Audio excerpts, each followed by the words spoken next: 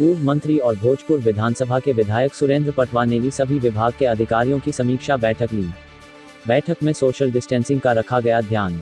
सुरेंद्र पटवा ने साफ सफाई और सैनिटाइजेशन पर दिया जोर। नगर पालिका और जनपद पंचायत के अधिकारियों को साफ सफाई का ध्यान रखने की दी हिदायत। साथ ही ओबेदुल्लागंज में नेशनल हाईवे 12 पर बिजली विभाग के सामने लगे कचरे को साफ करने के दिए निर्देश। ओबेदुल्लागंज के हर घर में मास्क और सैनिटाइजर बांटने के लिए सीएमओ को कहा गया। क्षेत्र में मुख्यमंत्री और प्रधानमंत्री आवास योजना के तहत बन रहे मकानों की भी जानकारी ली। गर्मी को देखते हुए पानी की समस्या न आए, इसके निर्देश दिए। क्षेत्र में जमीन पर रखे बिजली के ट्रांसफार्मरों को 30 दिन में ऊपर करके दुरुस्त किया जाए। अघोषित बिजली कटौती न करने पर बिजली विभाग को बोला गया। क्षेत्र में विद्युत समस्या का निराकरण करने को लेकर विधायक ने कड़े निर्देश दिए।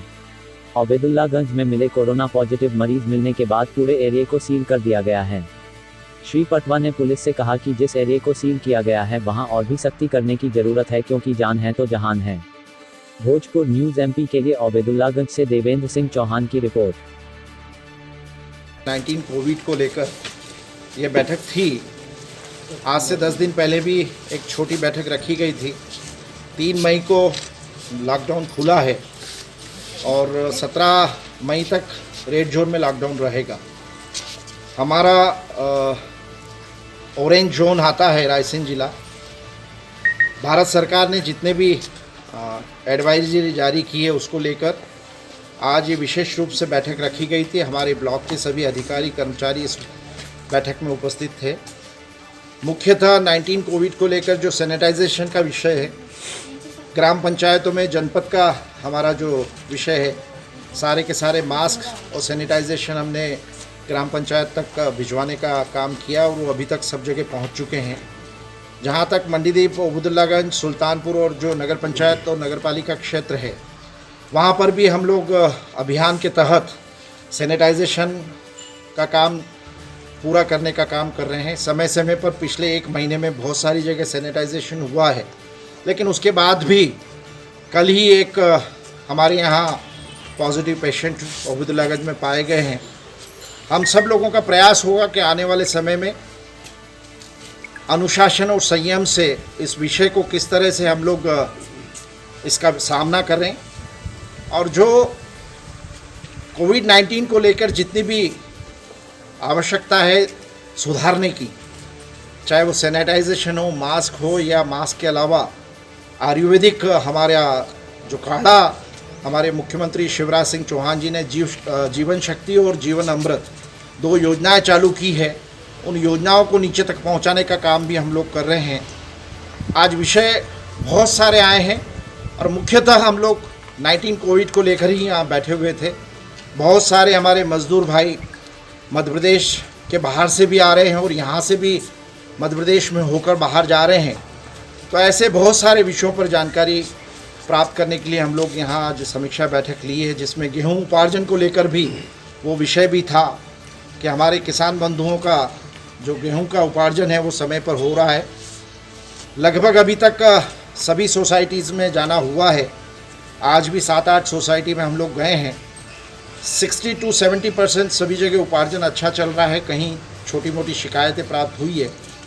तो ये सारे विषय आज देखे गए। सर, जैसे कि लॉकडाउन को आपको ऐसा नहीं लगता कि इस लॉकडाउन में और सख्ती की आवश्यकता है आपके भोजपुर विधानसभा में?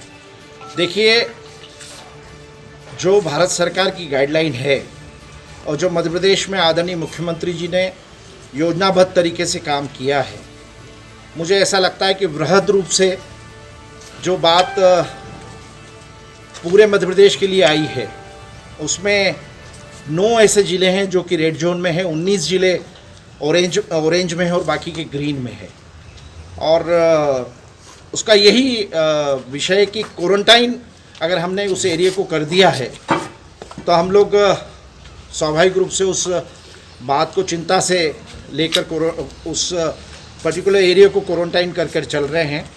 और समय समय पर अभी भी आपने देखा होगा ओबेदुल्लागंज में भी अभी 3 दिन के लिए सभी हमारे जितने भी व्यापारीगण हैं उन्होंने पूरा संस्थाएं सारी की सारी बंद है।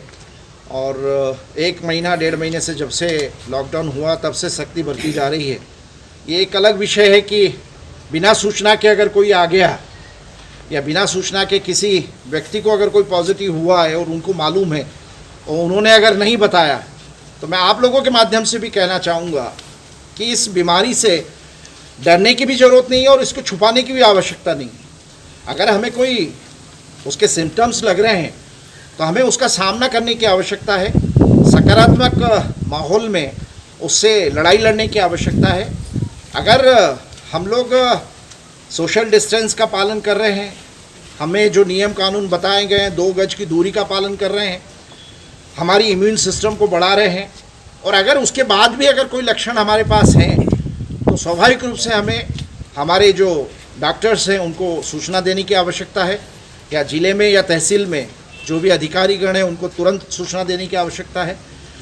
आप अगर सुरक्षित हैं तो आपका परिवार सुरक्षित है, और आप और आपका परिवार सुरक्षित है तो हमारा समाज सुरक्षित है। मुझे ऐसा लगता है कि पूरे देश में और पूरे विश्व में जो माहौल है वो हम सब अच्छी तरह से उससे परिचित हैं।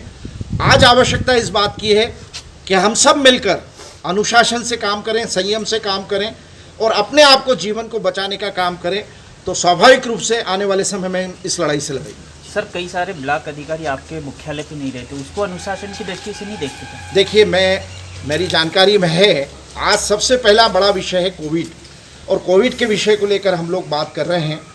आपने जो बात कही है वो समय समय पर हमारे पास शिकायत आती है। आज भी उसके बारे में हमने सुनिश्चित किया है। 4 दिन पहले कलेक्टर महोदय के साथ भी बैठक हुई थी। हम लोग उसके बारे में भी निश्चित रूप से एक्शन लेंगे।